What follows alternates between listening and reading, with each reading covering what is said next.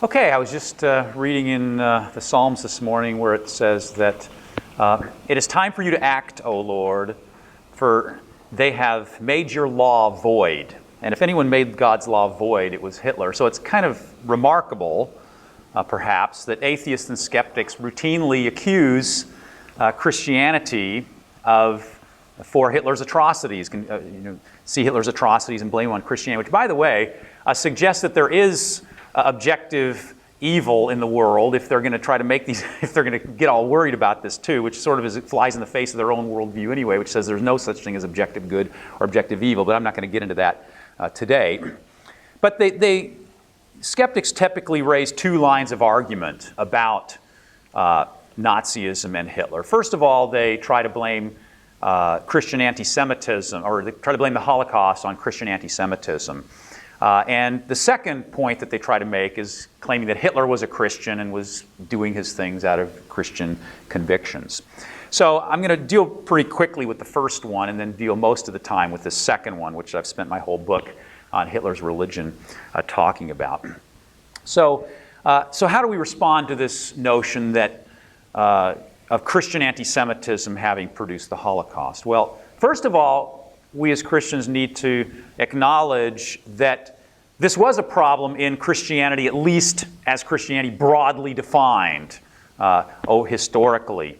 That is, there was a lot of anti-Jewish sentiment, and not only in the Catholic Church throughout the Middle Ages, but Luther wrote a famous diatribe against the Jews toward the end of his life as well. So how do we respond to that? Well, one way to respond to it, I think, is to note that those that were purveying those kinds of ideas were completely contrary to the founding principles of Christianity, and thus it was a distorted, perverted kind of Christianity. In fact, Peter actually prophesied in 2 Peter that some people were going to become false teachers, and it says, because of them, the way of truth will be evil spoken of. So the idea is that there's going to be these false forms of Christianity that are going to be out there that are going to tarnish real Christianity, the real truth. And that's what we've seen happen precisely. But another response to that issue about Christian anti-Semitism is that Hitler's kind of anti-Semitism was not really a form of Christian anti-Semitism. Hitler embraced a secularized version of anti-Semitism, which only came into being in the middle of the 19th century as European thought was becoming more secularized during that time. The key difference and the key shift that was going to take place in the 19th century, by the way, the word anti-Semitism didn't even exist until the 19th century, mid-19th century, and it came about as a result of this secularized version of opposition to the Jews. And the way that it was different from the older form of anti-Jewish thought was that it focused on Jews as a race, not as a religion. So if you look back at like Luther and in the Middle Ages Catholicism, their solution to what they called the Jewish problem was conversion. They should become Christians. Let the Jews come on in and join the Catholic Church or join the Lutheran Church. That would be the way that they thought the Jewish solution would be solved. However, Hitler thought that that was the worst thing that could possibly happen, would be for the Jews to convert to Christianity. Because he saw the Jews not as a religion, but as a race. And so he thought there was something hereditary about being a Jew, and he thought that there was all these negative things hereditarily about being a Jew, because he thought that being a Jew is not just about again, practicing a religion. He thought there was these bad moral traits that he thought were biologically passed on from generation to generation. So the idea was that Jews are deceitful, Jews are lascivious, Jews are greedy. All these different negative stereotypes that had developed over the centuries about Jews. He thought those were biologically ingrained traits. And so the worst thing that could happen would be for them to convert to Christianity and import those biological traits into the German gene pool.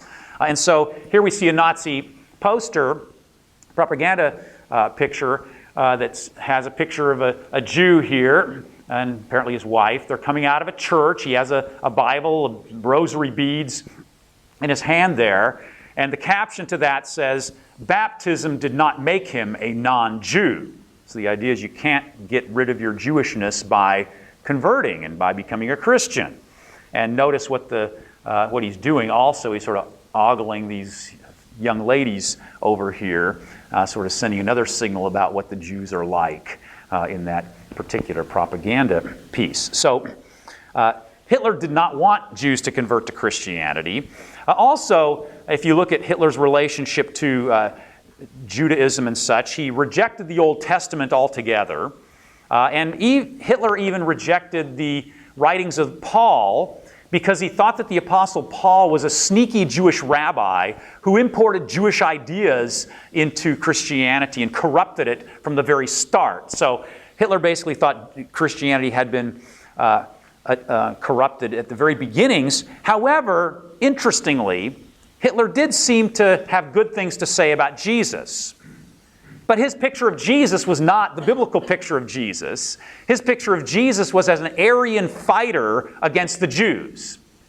How could he see Jesus as an Aryan fighter against the Jews? Well, for one thing, he didn't believe in the virgin birth, so he thought that Jesus had been fathered by a Roman soldier, and that had given him his Aryan blood. And also, the story that he loved most about Jesus, and the story that he tells most if you read through Hitler's writings and speeches and such, the story that he tells most about Jesus was Jesus driving the Jews out of the temple. And so there he sees Jesus as a fighter.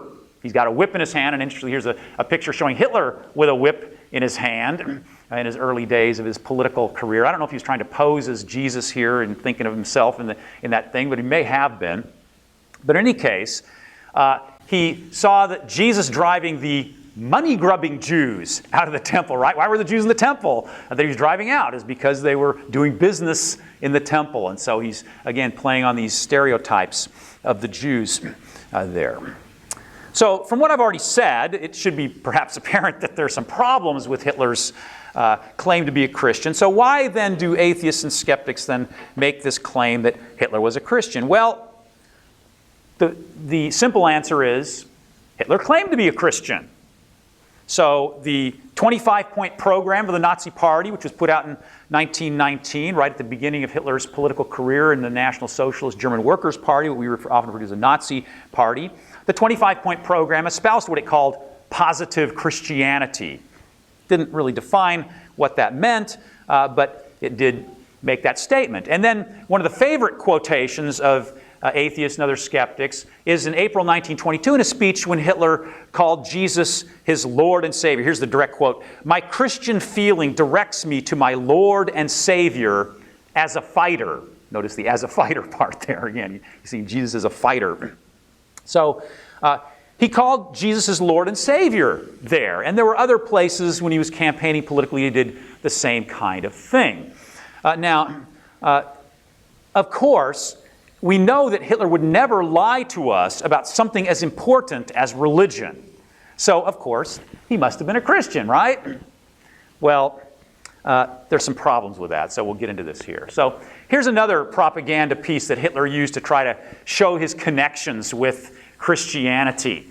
So this is from a 1932 photograph. In 1932, Hitler was involved in political campaigns, both for the presidency and also for the Reichstag, the German parliament.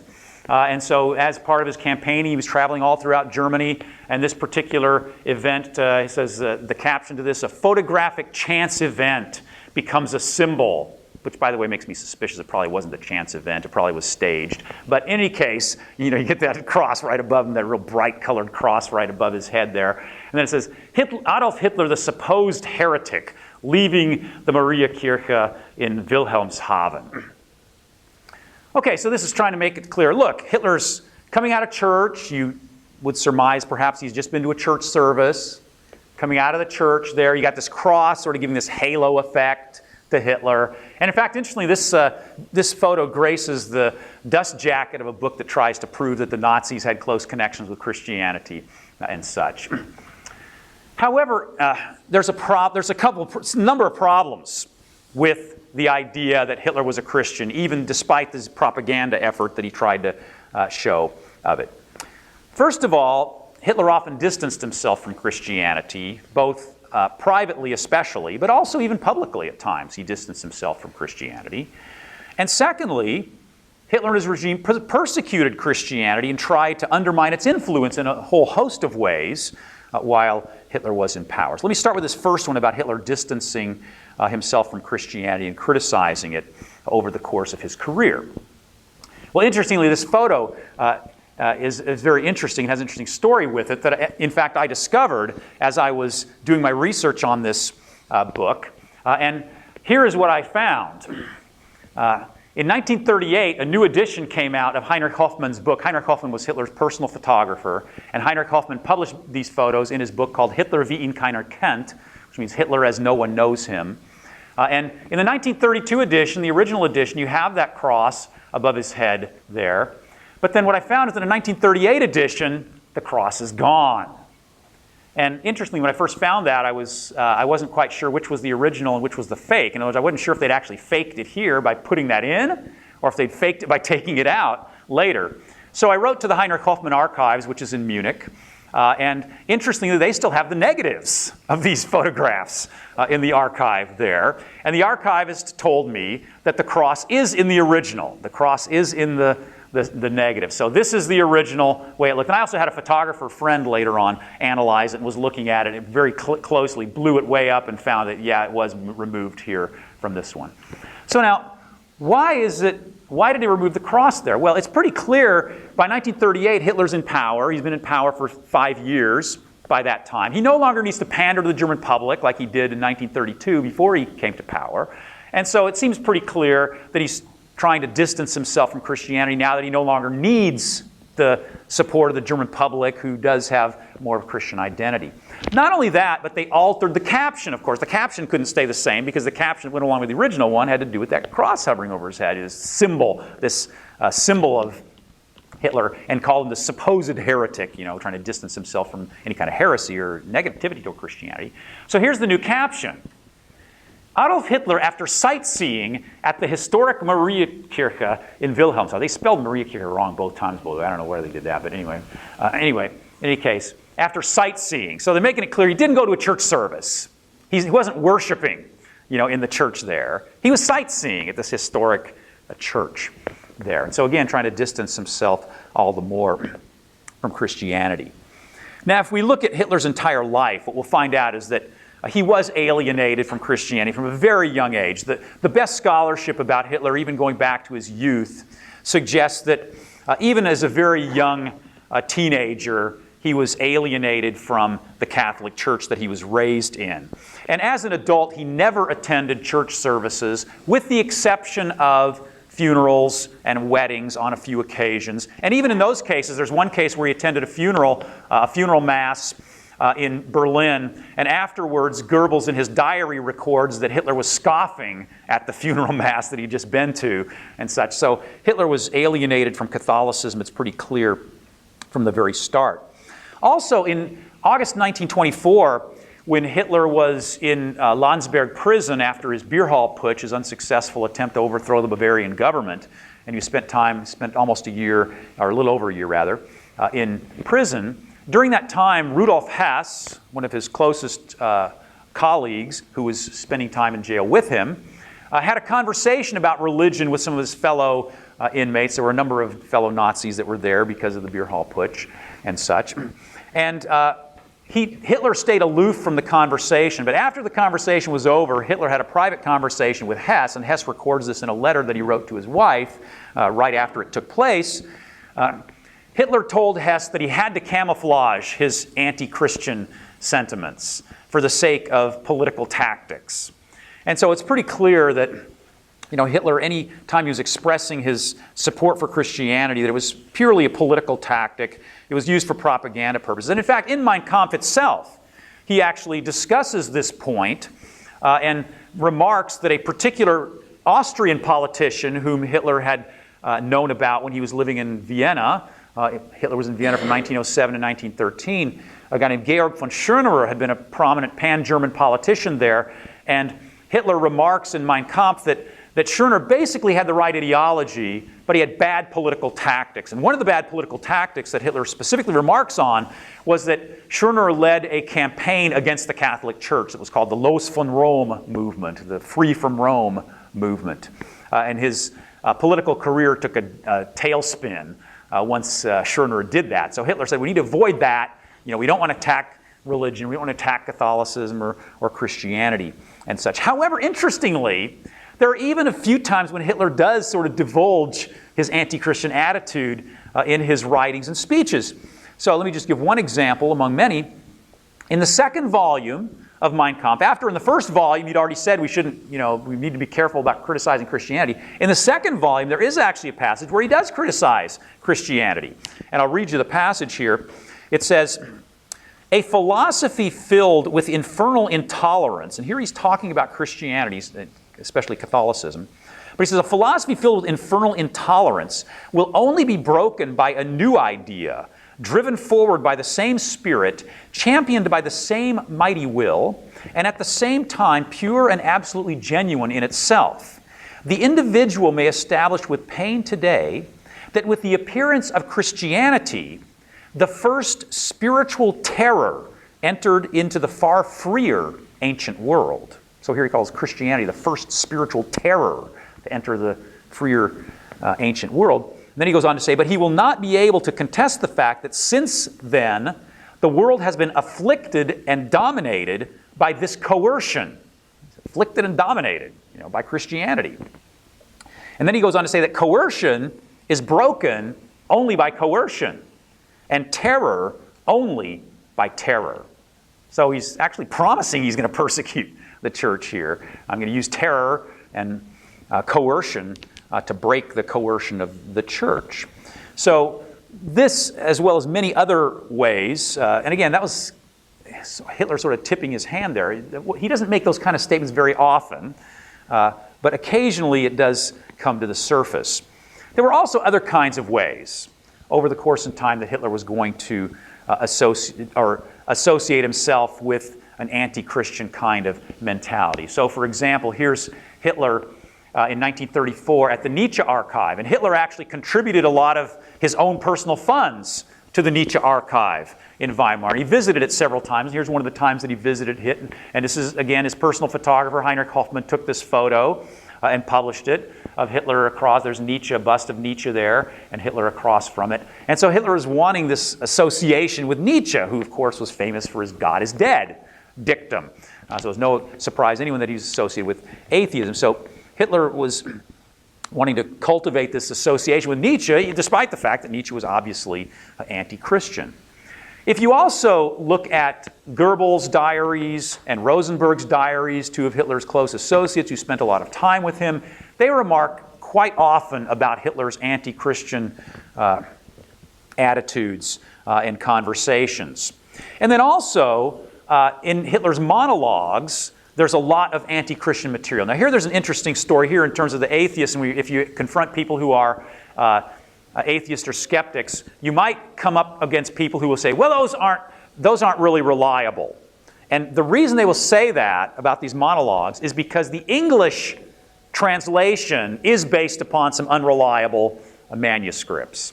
However, there's two German editions which are reliable, and those are the ones that I use in my scholarship. And they're every bit as anti-Christian as the English edition, interestingly. There's just as much anti-Christian stuff that Hitler says in the original German editions as in the in the English edition. So the English edition is not reliable and shouldn't be used if you're trying to use that against with skeptics. But the German editions are worthwhile. And you can get some, again, in my book, Hitler's Religion, I have a lot of quotes from it and such if you don't read German.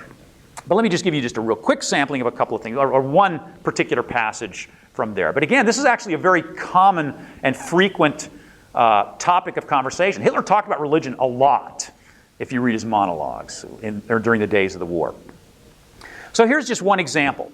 On December 13th, 1941, Hitler was giving this monologue where he was mocking Christian teachings. He mocked teachings about the fall, the virgin birth, redemption through the death and crucifixion of Jesus. He mocks all these Christian doctrines. And then he said this, and I got the quote up there exactly for you. So, Christianity is the most insane thing that a human brain in its delusion has ever brought forth, a mockery of everything divine. Okay, so there's a quotation from Hitler's monologue. That's my translation of the German edition. But it's a very clear rejection of Christianity. And if you look at all of Hitler's associates who had close connections with him and who spent time with him, I already mentioned Goebbels and Rosenberg, but others as well, they all claimed that he rejected Christianity. His secretary wrote memoirs and such, and they all remark about his rejection of Christianity and how often he talked about this in his monologues. Okay, so that's one pretty strong line of evidence to show Hitler was not a Christian. But then my second point is that Hitler persecuted Christianity once he came to power. And so that's another extremely important point. Now, Hitler was pretty cautious at the beginning. As I already told you in Mein Kampf, he said we don't want to alienate people, we need to be careful for propaganda purposes. So he's very cautious, but he tried first to bring the churches under control as best he could in the very earliest phases. So the way he did this with the German church had two main branches. The main branch of the Protestant church or Lutheran church, mainly Lutheran, but some Reformed elements in it. But the Protestant church, the way he tried to bring that under control was by appointing a unified Reich bishop, a bishop who was over the entire German church. Now, before that time, there was no unified German bishop. There were bishops in all the different state churches in all the different German states. Since Germany's a federal state like the United States, for example, there were different bishops over different parts of Germany. So he tried to unify it under one bishop, and that bishop that he was able to help get elected, and Hitler actually intervened in the church elections, giving a radio speech and having his SA troops out there on the front lines trying to influence the church elections. He got a man appointed to that bishop position who was very sympathetic with Nazism and was basically promoting a lot of Nazi ideology in the churches. So that's how he tried to bring the Protestant church under control. It actually didn't work as well as he'd hoped because a group splintered off called the Confessing Church that came out in opposition to the Nazis.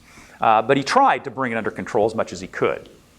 With the Catholic Church, the other main church in Germany, he signed a concordat, which is an agreement with the Vatican, to try to keep the Catholics from exercising any political activities and doing any kind of things politically, as long as, and then he promised from his side that he would leave them alone and they could appoint their own leaders, they could have their schools, they could have their church, they have their youth organizations and such.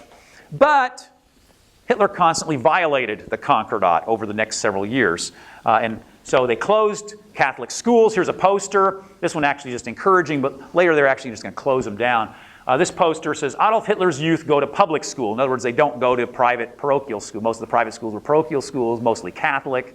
So he's basically trying to say, stop sending your kids to the Catholic schools. Later, they just shut down a lot of those Catholic schools. So first they tried to encourage them away from it. Then they just closed them down when they thought they could get away with it. They also banned Protestant and Catholic youth organizations, despite the fact that Concordat had said that they were going to allow them to run their youth organizations. They banned their youth organizations, and everyone had to join the Hitler Youth to bring them into propaganda. In fact, in the early phases, too, before they actually out and out banned the Catholic and Protestant youth organizations, they would very often have Hitler Youth meetings on Sunday mornings. So you couldn't attend church services. They had to go to the Hitler Youth meetings and such. There are all sorts of ways they were trying to sort of cut down on the influence of Christianity and persecute him in whatever ways Hitler thought he could get away with without becoming too unpopular at the time. Another thing they did in 1937, they arrested hundreds of Protestant church pastors who had become part of the Confessing Church and were coming in opposition to Nazi church policies. They also were going to arrest many Catholic priests as well, especially in the late 1930s and on to the early 1940s. So again, trying to eliminate anyone that would pose any kind of opposition to the regime, and even including the regime's attempt to dominate the church. Another thing they tried to do was to de-Christianize various festivals like Christmas, for example. Hitler's press chief, Otto Dietrich, claimed that Hitler hated Christmas, and so that he would very often go out driving just to get away from the festivities and get away from what was going on in Christmas. And if you look at some of the Christmas propaganda that the Nazis put out, during World War II, they actually put out these books that were called Kriegsweihnachtsbücher, so war Christmas books. And in these books, you won't find any mention of Jesus. There's no mention of anything religious in there at all. There's a lot of candles and trees and family stuff and German lore and all sorts of things like that. There's nothing about religion, nothing about Jesus in there. So trying to bring, wean the Germans away from their festivals and sort of to repaganize them in essence. And they sort of claimed that all these things had come originally from pagan festivals anyway, so let's sort of repaganize it in certain ways. Here's actually one of the frontispieces from one of the Christmas books that they put out. And here's a saying from Adolf Hitler in that book, which says, "All of nature is a violent struggle between strength and weakness, an eternal victory of the strong over the weak." So this is pretty much giving Hitler's social Darwinist spin on, the nature favoring the strong over the weak, and we as Germans, he thought, are going to triumph in this war by being strong over the weak.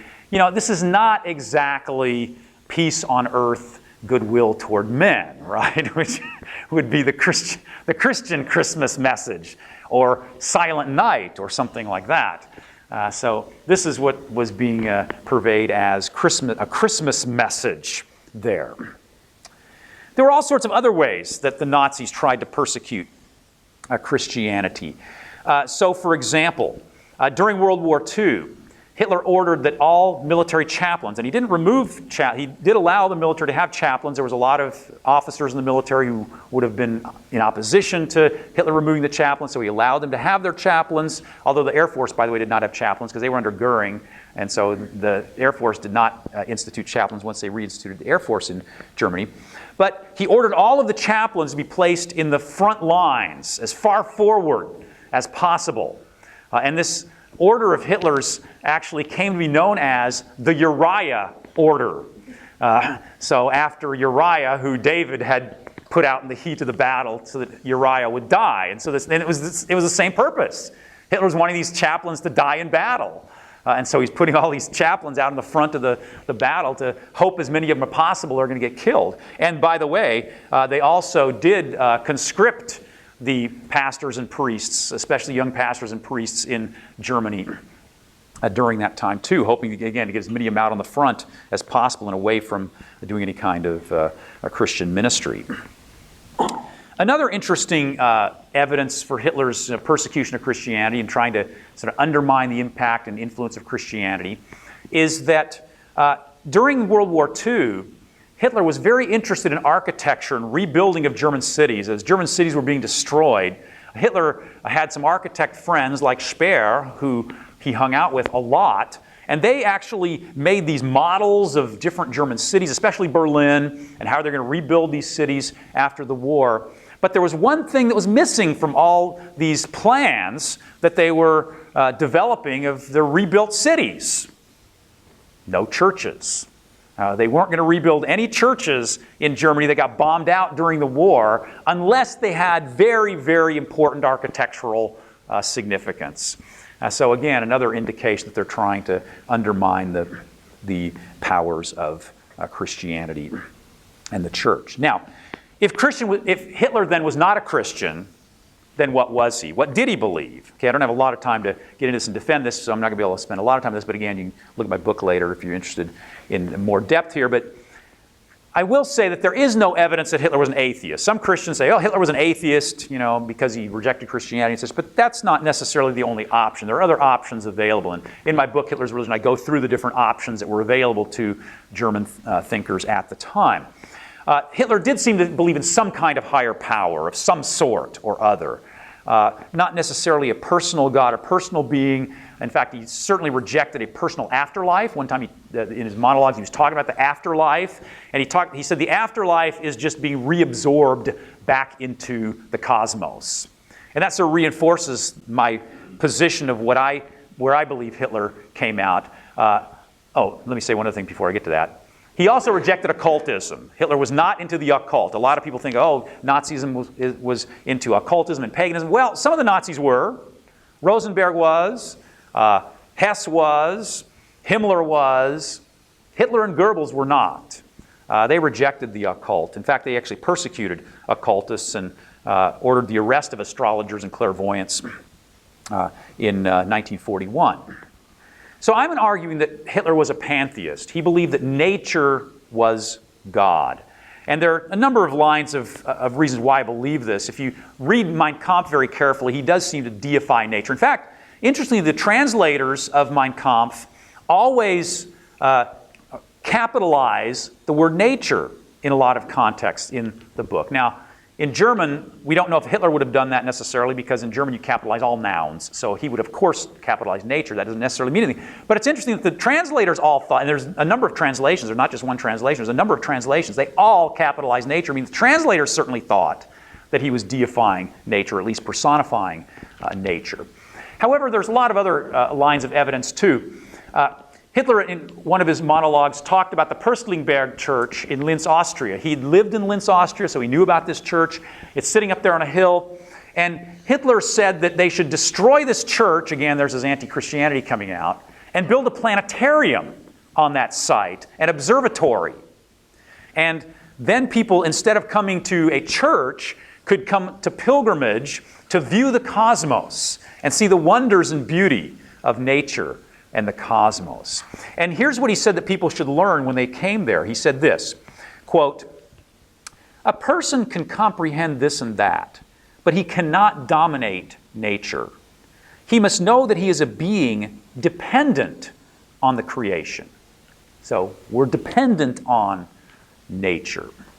His secretary once said, quote, "Hitler considered the Christian religion an outdated, hypocritical, and human ensnaring institution. His religion was the laws of nature." And I believe she hit the nail on the head there. So there's a lot of lines of evidence then that suggest that Hitler thought that nature was God. And because of that, and I don't have time to go into this in a lot of detail, but I will just give you one example of this. Hitler thought that natural laws were divine commands that should guide our lives. And so he built his morality around the laws of nature. And the laws of nature that he thought were the most important were the Darwinian struggle for existence. And here's a shot showing you a school poster from the Nazi period that says at the top, "Elimination of the sick and weak in nature." That's this top part here. And then you see the pictures here of a raptor who has killed a hare. And you see a sickly tree that a man is getting ready to chop down. And then it says at the bottom, "Whatever cannot withstand the demands of existence is destroyed." And interestingly, the explanation for what the teacher was supposed to say with this poster, this was supposed to be a justification of the compulsory sterilization program of the Nazis, which was supposed to get rid of defective heredity and such. But I find it very interesting that both of these examples involve death, not sterilization. And sort of presage what was going to happen later, because in 1939, Hitler actually does introduce a campaign to kill people with disabilities. And they killed about 200,000 Germans with disabilities, as well as we don't even know how many tens of thousands in occupied territories that they killed in addition to that. People with disabilities as a result of their ideas that we need to get rid of the weak, get rid of the sick, one way or another. So he believes that nature is sort of determining that we let me back up. He believes that we need to help out nature by getting rid of the weak and sick, which nature does anyway on its own, but we can sort of drive it forward faster. So this gives us some idea then of Hitler's religious views of pantheism, and makes very clear that when we're talking with people about Hitler and his religious views, that he really didn't have anything close to a Christian mindset, despite the many people thinking that he did.